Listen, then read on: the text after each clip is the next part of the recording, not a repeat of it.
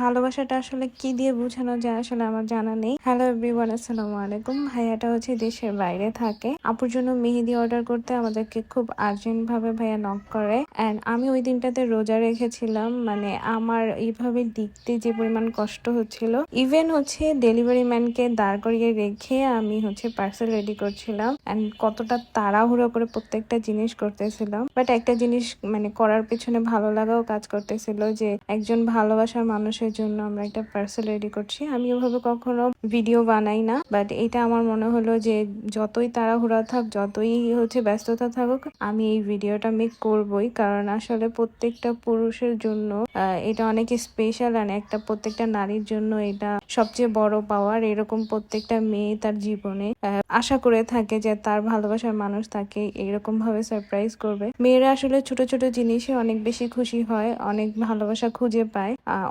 মেয়েদেরকে খুশি করতে আসলে আহামরি কোনো কিছু লাগে না। So thank you so much যারা আমাদের কাছে এরকম তার ভালোবাসার মানুষকে খুশি করার জন্য গিফট করতে চান, আমাদেরকে অবশ্যই ইনবক্স করবেন। আল্লাহ হাফিজ, আসসালামু আলাইকুম।